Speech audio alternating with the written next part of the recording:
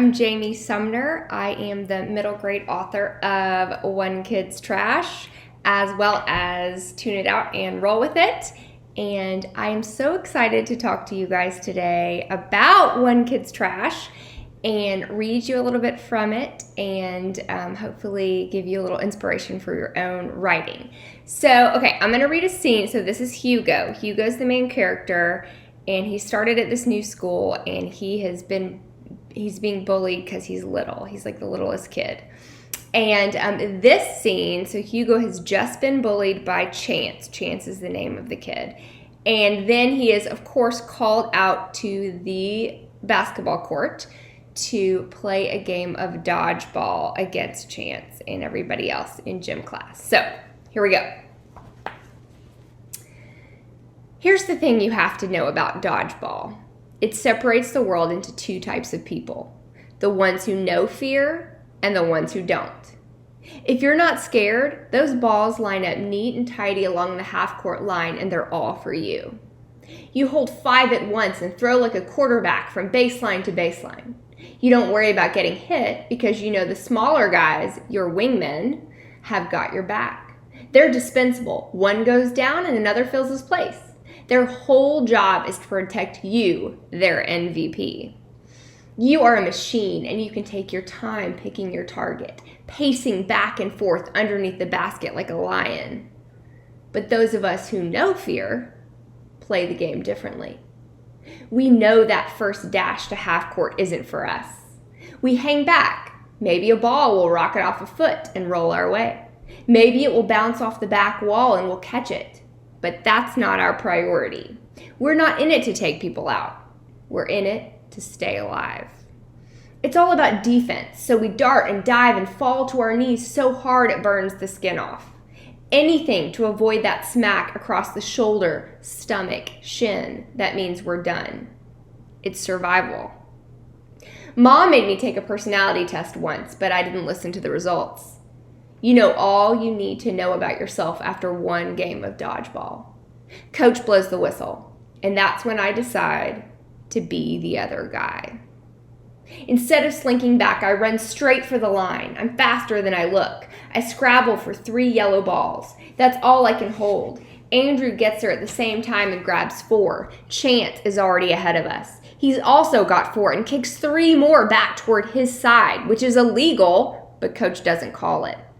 Andrew and I run backward to get some distance. I throw one and miss, and then throw another. It just barely nicks the arm of a kid from history class. It's enough. A hit is a hit. He heads to the bench. I get a second out on the butt of someone bending over to pick up a red ball. Easy target. I laugh out loud. Who knew all you needed to do to win was get angry?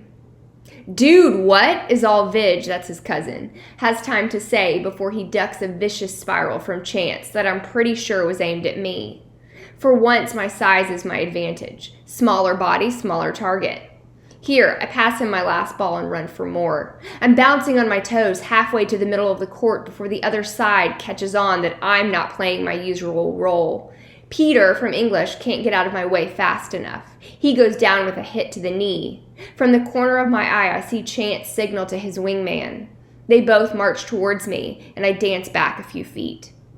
Andrew passes me a ball on my left, but before he can get another one for himself, he gets hit, and Coach waves him to the sidelines.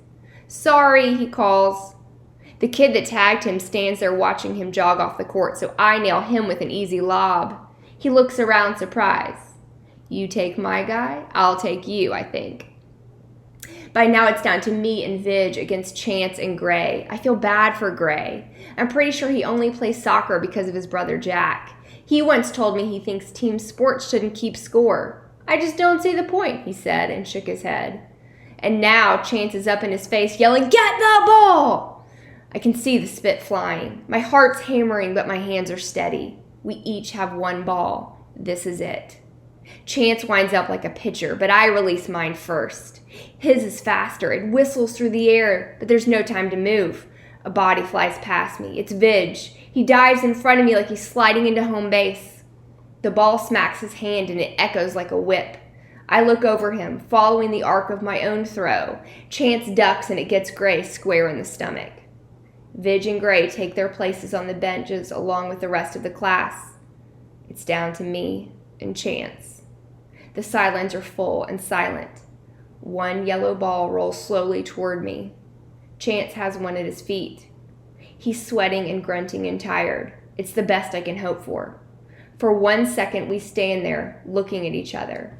Then I dive for my ball and he dives for his. I'm going to make you wait to find out what happens at the dodgeball. But that is a little taste of Hugo and kind of what he's up against in middle school. And one thing you need to know about Hugo is that he has an unusual talent. And that talent is called garbology. Garbology is a real thing, guys. It's actually the science of studying society based on their trash, so the stuff they throw away. And Hugo uses this talent to become popular because soon the school finds out that he can tell you anything you want to know about someone based on their trash. So people are bringing him like the coach's trash or their math teacher or their brother or somebody they like, and they're getting him to tell them everything that he can about these people based on what they throw away. And of course it all goes to his head because of course it does. But one activity I want to get you guys to try if you're working on your own story is I want you to describe a character not by how they look, like the normal things, like don't give me eye color or hair color or anything like that. I want you to describe a character only by their trash.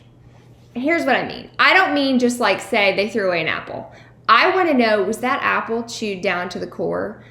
Did they leave the peel? Maybe they hid an entire apple under the rest of their trash because their mom is always trying to get them to eat fruit and they're over it.